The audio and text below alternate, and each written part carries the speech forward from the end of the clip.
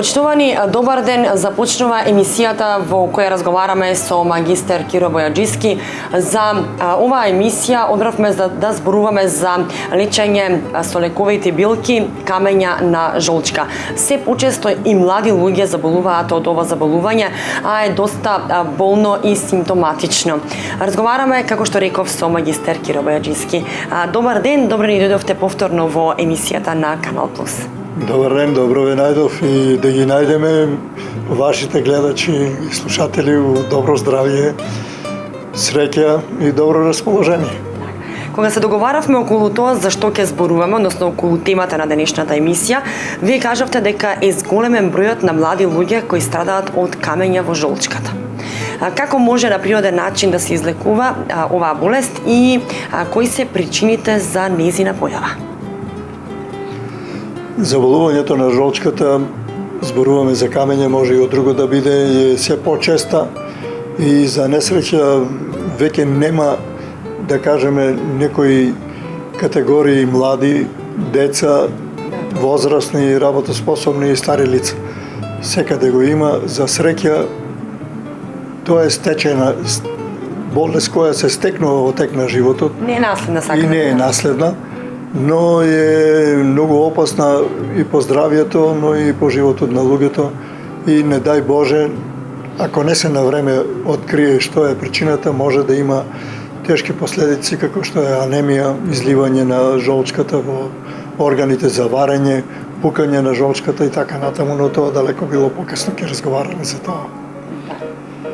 Ние во нашиот крај не е многу голем процентот на луѓето со оболена жолчка и со камење или песок во жолчката, но е зголемен бројот, споредено некаде од податците од 80-та година до сега за 35-6 години, скоро да е дуплиран тај процент и негде околу 6-7-8% од луѓето во нашиот крај имат проблеми со жолчката.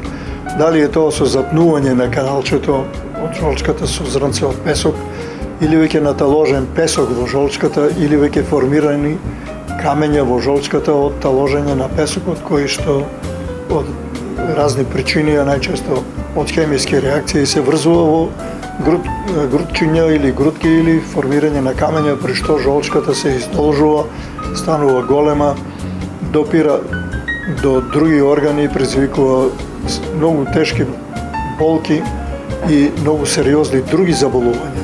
Добро, дали симптомите се само болката?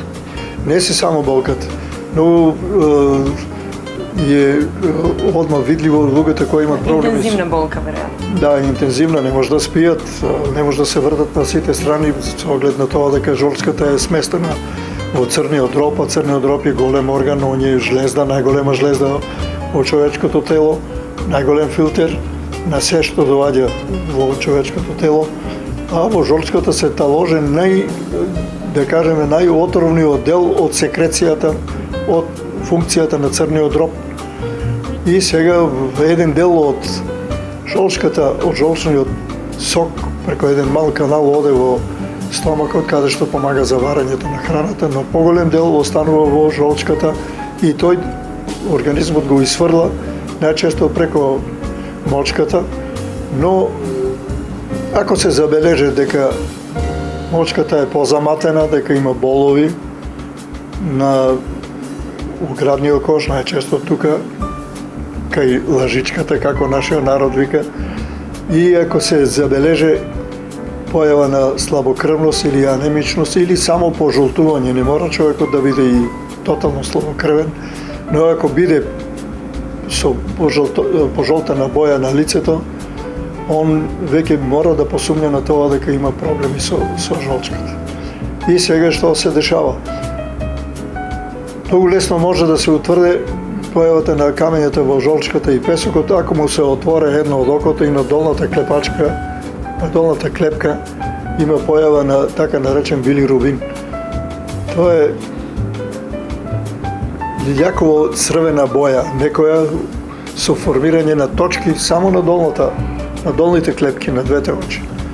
И ако се тоа примети, многу лесно може, тоа го знаат докторите, многу лесно можат и домашните да видат ако се работи дете или помлад човек, може да се види, ако се примете дека има такви точки, сигурно е дека има проблеми со жолчката.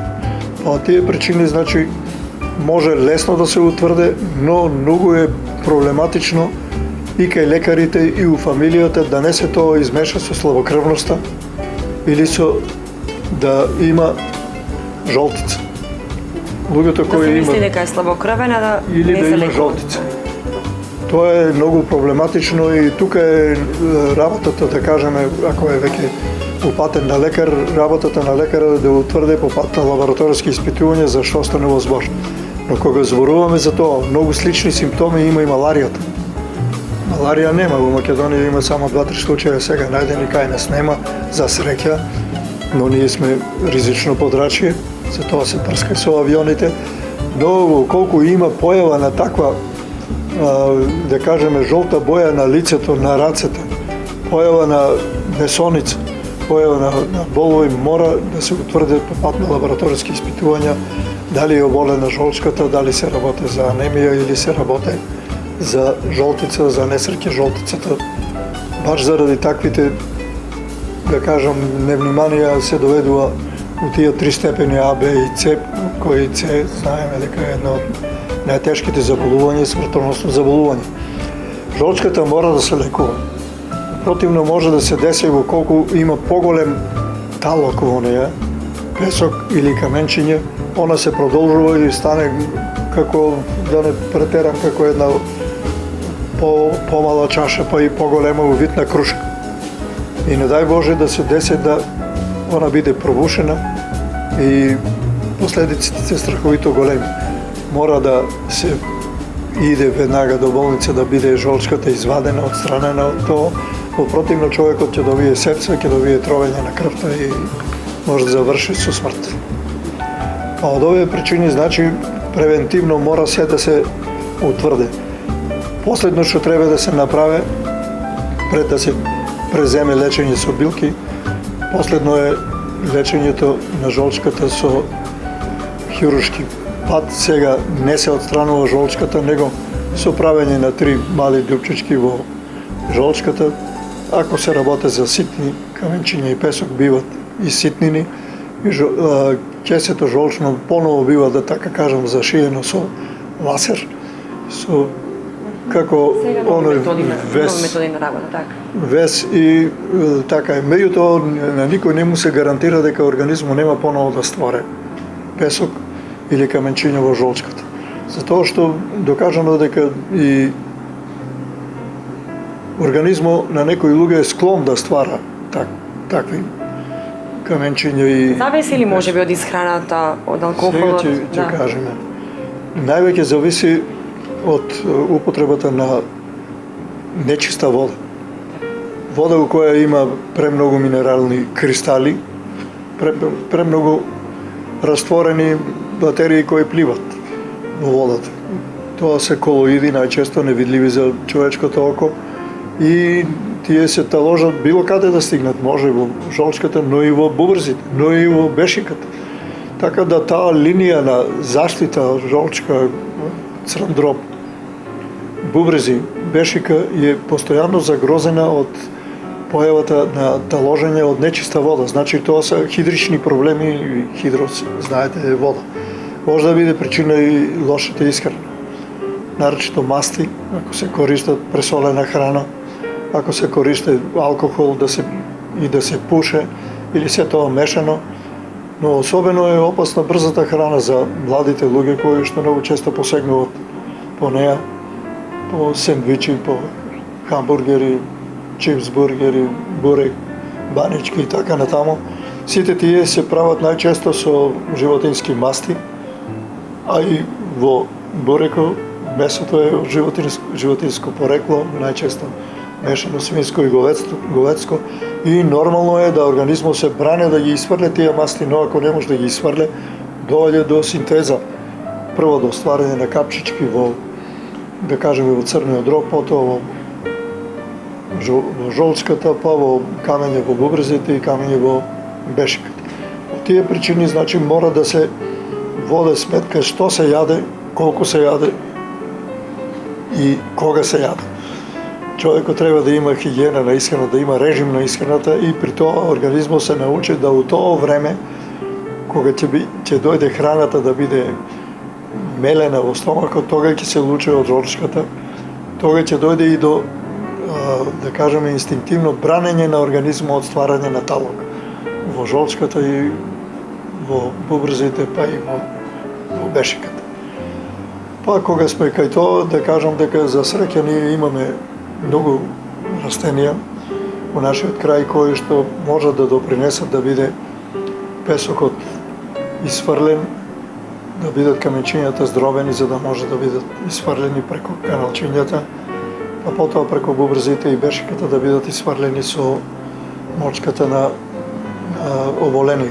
Тука сме, да кажеме, неколку видови на чаеви кои може да помогнат при исфрлање на каменот во жолчката, така ли?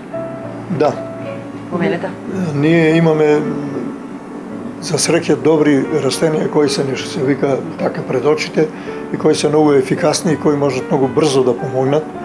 Но да кажам одмah дека земањето на чаеви треба да биде продолжено од 25 до 35 дена, затоа што и камењата не се сите лесно растворливи, дури има и нерастворливи, као кварцови кои се многу блиски до стаклото, што не може да бидат растворени со ништо. Па од тие причини сега кои ќе кажеме чаевите, сакам да нагласам дека оболениот мора упорно да зима чаеви, да пие, како што сега ќе кажеме, и да превентивно и после констатирањето дека нема песок или каменчиња во жолчката, да продолжи десетина дена да зима чаеви, за да не се поново формират у тај, да кажеме, критичен период кога веќе ги нема, но ако се повтара грешката во исхраната и користењето на водата, тога може поново организмот да почне да ги ствара. Па ево да кажам за помлади луѓе, онака работоспособни, па и деца, најдобар чај би било овој. Прво конска опашка 40 грама, невен цвет. Невен цвет, сите знаеме што е невено, 40 грама. Корен, бел корен од троскодот 50 грама. Бел бор вршки. Белиот бор го има кај нас према осоговието на левата страна, пато повеќе. И Божи дух или ментол. И сега конската опашка и троскодот и вршките допринасат да бидат дробени каменчињата или песокот да биде иситнен, да може да биде исфрлен. Каде може да се најдат овие растенија? Ги има ли во овој период од година? Сите ги има тука, во нашиот крај. И према осоговието, белиот бор, троскот има у секоја нива, како проклетство. Конската опашка? Конската опашка има у полето, покрај меѓите на царевка, на орис, пиперки, патиџани и друго, но да се води сметка да не е прскано таму со пестициди.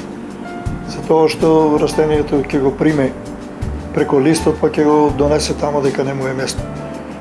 Конската опашка е многу препознатлива, луѓето ја викат и наддавка у нашиот крај, има во меѓите во Кочевско поле, во Грдовско, во Прибачевското, во Горни Долни Подлак, Мојанско, секаде ја има тука, вклучувајќи се до Злетовице, но не, оно е врзана за мокри површини покрај јазовите, покрај вадите. Да нагласам дека ова мешавина заокружено околу 200 грама е сосема доволно за 30-35 дена да биде користен чајот. На чајот се прави 300 грама врела вода, се попарува 2 лажици од ова мешавина на чајот која претходно се иситне добро и измеша. 2 лажици се попарува со 300 грама врела вода и се варе само 3 до 5 минути, не повеќе. Се варе, нека одстоje 2 сати чајот поклопено, потоа да се преседе и може да се засладува со мед или со натрен, никако со бел шекер. Тај чај треба да се пие 3 пати, особено навечер пред спање, кога што делува исмирително, затоа што Божиот дух ги смирува боловите, многу нагонува човекот и да спие. Значи делува малку како анестетик. Од тие причини овој чај треба да се практикува кај помлади луѓе, работоспособни и што е можно поскоро да го применат, да се пие, како што рековме, 25 до 35 дена. Треба пауза на секои 4 дена, вие Така, обично така препорачувате. Секогаш така препорачувам и сега така да биде 4 дена ќе се зима еден ден одмор, пак 4 дена и така у тие 30 на дена ќе испадне да има околу 6 до 7 дена одмор, а другото е време кога што треба да постојано да се пие чај. За постарите луѓе, чајот е малку да кажам да не кажам малку по-груп, но во секој случај нешто појак и посилен спрема луѓето. Така, Однака за повозрастни луѓе така треба да биде. Тука препоручувам свила од ченка или мустаки, како е нашиот народ вика, 30 грама, цветодневен 40 грама, мајчина душичка 40 грама, троскот 40 грама и босилок 30 грама. Овој чај е исто така лековит, може да го применуват и постарите и помладите луѓе, но за постарите луѓе е поефикасен овој за тоа што има у него додатоци од босилокот, од ченката, свила кои што делуваат многу поагресивно на песоко и на каменчињата, но во исто време босилокот делува и за смирување на болките. Он е добар анестетик, спречава зараза, но во исто време е, како што знаеме во црквите, он е Божјо растение и се употребува за подкадување, употребува се за замивање, употребува се и кога се свете вода, не случајно. И делува смирително, така? Така, делува смирително, не случајно е изберен. Името босилок доаѓа од базиликум, што значи црковно растение. Базилика е црква. Он е значи црковњак на некој начин. Ете, препоручувам да се билките добро иситнат, да се земат и од овој чај 2 големи лажици, да се попаре со 250 до 300 грама вода и да одстојат 2 часа, да се процеде и да се пие 3 пати секој ден, 4 дена, еден ден одмор и така натаму. Меѓутоа сакам да нагласам дека треба да се воде сметка од исхраната. Треба диетална исхрана, треба да се што е помалку можно употреба на месо, особено на конзерви, на мас, свинска мас, на јагнешко месо, на овчо месо. Лојта е многу опасна и она е една од тие околу која најпрво се таложат, како масти, најпрво се таложат минерални материи. Понатаму да не се пие газирано ништо, особено не минерална вода, која постојано ја има на пазарот и се многу рекламира. Така, заради тоа што во неја има и минерални материи кои многу брзо можат да се таложат во сите органи на човечкото тело, особено во жолчката. Па натаму да кажам дека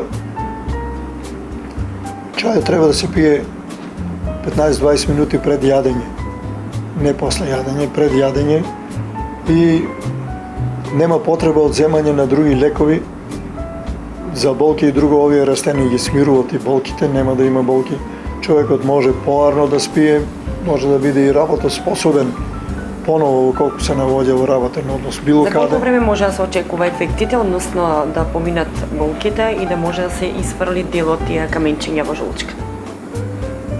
Може одма да се примете после 7-8 дена дека он во мочката ќе примете дека мочката е заматена, но ако сака и треба тоа да примете, треба да земе ситце некое со поситни отвори, може да види и ќе види дека у ситото ќе останат каменчињата. Прз ситото може да се стави една бела салфетка, може сосема слободно да моча преко неја, врз неја, и ќе види дека на салфетката ќе останат кафеникави или со боја на килибар. Песок или ситни каменчиња. Што е знак дека е започнал процес. И тоа после тоа не треба да се прекине. Затоа што распаѓањето на каменчињата кои ги има внатре не е за 8 до 10 дена, треба повеќе време, особено ако има повеќе каменчиња, треба минимум е 25 дена. Значи 4 недели е еден оптимален рок кога што можеме да кажеме дека каменчињата ќе бидат здробени, ќе бидат испрлени како песок со мочањето. Но не треба да го фаќа паника никого ако види дека му е мочката заматена и дека излеват каменчињата. Он треба да се радува за тоа што е процесот започнал и дека лечењето е веќе започнало. За таквите луѓе тоа е примената на овие чаеви голема голема среќа и не мора да одат на операција, не мора да одат, да кажеме, и да прават големи трошкови по болниците. Тамо не се леже долго време, но што да кажеме, операција си е операција во секој случај. Ако може, Така, ако е неопходно, така. а може со овие лековити билки да се излече човекот, препорачувам да не послушат и нас и вас и да ги применат овие лековити растенија што е можно поскоро, па ја да молам Бога да им помогнат билките, јас и билките ги молам да им помогнат на луѓето, а тие нека Вие видат. кажавте во една прилика дека треба со должна и со особена почит да се однесуваат луѓето кон билките, затоа што тоа се голем дар од природата. Така е, голем дар од природата и они се живи створови. За да ни помогнат на нас, често пати дел од нив или дури им го одземеме и живот. Дури и живото, ако се користе корено, ние ги убиваме за да станеме ние. Претходната емисија беше посветена здрави токму на после. тоа, на однесувањето кон лековитите билки. Така е. Да. Така е, лековитите билки се природна Божја сила која што треба да се поштува и со должна овака почит према нив. Ја ги молам и на мене да ми простат кога овака препорачувам да бидат користени како делови од билките или цели билки да бидат користени за лечење и благосостојба на луѓето.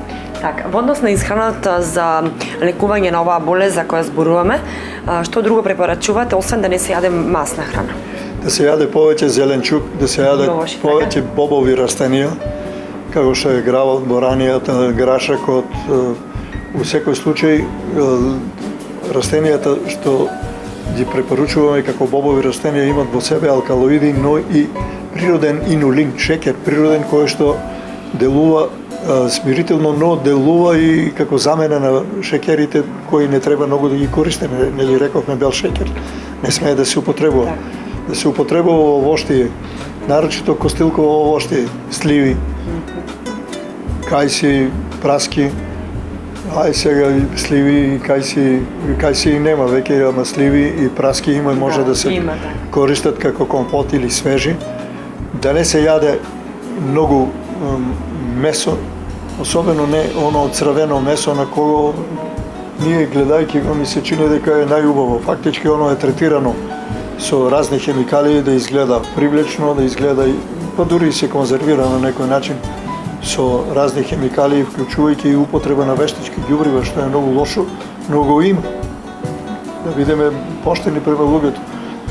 Многу често некои од соуместните производи, па и пушените производи, пушеното месо, пушената сланина се многу штетни. За вакви луѓе оболени на жолчката ни во кој случај не треба да ги користат. Значи природната храна, оризот е извонреден за исхрана, компирите се добри. Тука малку да ги намалат тестенините, да кажеме малку помалку да се јаде на некој начин леп и макарони, но во секој случај ако се користе леп, треба да се користе леп, ако е тоа можно, правен во фурни на печен на дрва, но и малку по мешано брашно, ни многу бело, ни многу црно. Во секој случај таков леп кој се произведува во домашните фурни или во фурните и на приватните е многу покорисен и за таквите луѓе би било многу добро тоа да го прават. Да не пијат сокови, особено негазирани сокови, затоа што они речиси не се знае се што има и што нема. А дури и у природните сокови, кои ги густите сокови кои пиеме има конзерванси, кои што се хемиски средства кои можат лесно да доведат до непожелни последици у стварањето на каменчиња во жолчката, во бубрзите и во бешика. Доколку немаат болки, колку е препорачлива физичката активност тука? Луѓето треба да шетат без оглед на се, треба да шетат во чиста животна средина, да не се движат многу по улиците каде што има дим и прашина, но би било добро да се сосема нормално да живеат и да се движат сосема нормално. Најдобро е да тоа не биде повисоко од 1000 метра надморска височина, од прости причини што може да се деси да дојде уколку има зголемена жолчка и опасност од надразнување на жолчката, може да се деси да има напад таму, па многу тешко може да му се помогне, или не дај Боже да падне на предниот дел на градите па да повреде црниот дроб и жолчката, со тоа може да створи други компликации, да има пукање на жолчката или на каналчето за довод и одвод на жолчниот сок. Од тие причини. Тогаш е неизбежна операција, така? Така е, че мора да се оде на операција. Сега оперативните захвати се многу ефикасни и опоравок кој е многу краток за неколку дена. Максимум е 2 недели и луѓето може да се вратат на работа, но при тоа да водат сметка, не смеат да дигат тешко, не смеат да се прејадуват, не смеат да се препиват, не треба да пушат. И во кој случај, ако такви имало навики, тие навики треба секогаш да бидат отстрани. И како што кажавте, најважна е чистата вода за пиење, така? Така е, чистата вода, што е должност на фирмите, на предпријатијата, постојано да пратат дали е таа чиста, дали има било какви примеси, органски или неоргански примеси, а каменчињата се стварат од неорганските примеси. Значи има песок, има глина, има колоиди. По тие причини матната вода е изуzetно опасна за сите. Да нагласам и ово, за несреќа жените се поосетливи во заболувањето на жолчката. Причините се сосема јасни, таква е физиологијата и анатомијата на жените. Особено ако е она мајка, организмот се боре да го сочува плодот, да го сочува детето и многу ефикасно го филтрира преку црниот дроб сето тоа што не треба да иде во храната, односно преку крвта во детето. Па, на некој начин природата ги е заштитила децата преку мајката, значи мајката е на некој начин жртва, она е филтер на храната и за себе, но и за потомство. На тој начин мајките раѓаат здрави деца, но они се на некој начин и повеќе поголеми жртви од мажите кои што од граѓата, можеби од физичката снага, активност и друго доваѓа до тоа да помалку заболуваат од жените. Благодарам за разговорот и за советите за нашите гледачи. Понатаму ќе соработуваме, има уште многу за што да се зборува. Благодарам и на вас, пожелувам никој да нема такви проблеми, но ако има нека не послуша и нека ви се јавуваат и на вас и на мене дека се оздравени и ќе бидам и ја сигурно и вие многу среќни. Благодарам уште еднаш. Почитувани, ви можете да го погледнете и репризното издание на разговорот со магистер Киро Бојаджиски секоја сабота во 17:30 часот само на Канал Плюс телевизија. Довидување.